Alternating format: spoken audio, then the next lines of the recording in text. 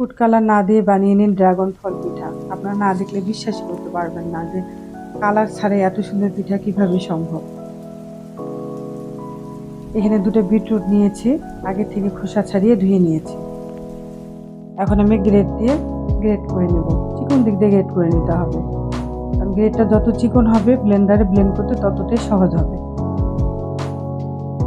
আমরা তো সবসময় বিটরুট দিয়ে স্যালাড খাই, কখনো পিঠা বানিয়ে খাইনি। যদি না খেয়ে থাকেন আপনার ভিডিওটি দেখলে অবশ্যই ট্রাই করবেন।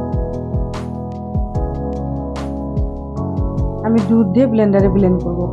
আপনারা চাইলে দুধের পরিবর্তে পানি দিয়ে করে নিতে পারেন। এখন একটা ছাঁকনি দিয়ে ছেঁকে নিব।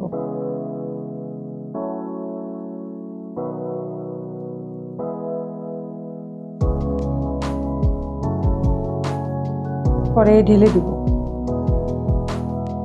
এই পিঠাটা অনেক টেস্টি হয়ে থাকে, কারণ এখানে কোনো পানি দিইনি, দুধ দিয়েছি আর বিটরুট, আর দিলাম সামান্য পরিমাণে লবণ ও 1 চা চামচ ঘি ফ্লেভারের জন্য।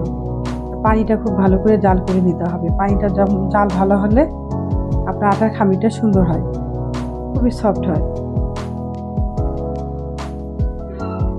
চালের আটা দিয়ে দিব।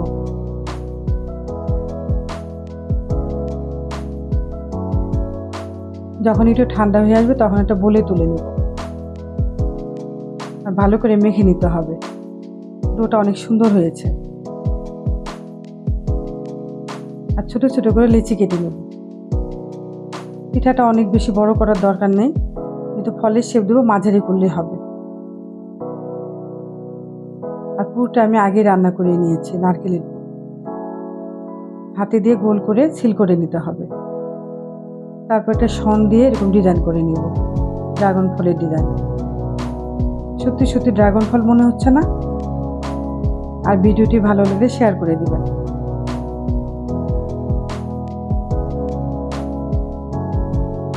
কালারটা সুন্দর হয়েছে। আপনারা চাইলে হলুদের ডালেও দিতে পারেন। আর রাইস কুকারে এরকম একটা ছাঁকনি সবার বাসায় থাকে, তেল ব্রাশ করে দিতে হবে যেন লেগে না যায়। আর সেদ্ধ হতে খুব বেশি সময় লাগে না, 10 হতে 12 মিনিট।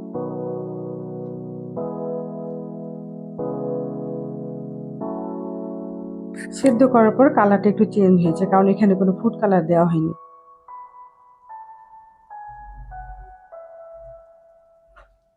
রেসিপি ভালো লাগলে পেজে ফলো দিয়ে রাখুন। কতটা সফট হয়েছে।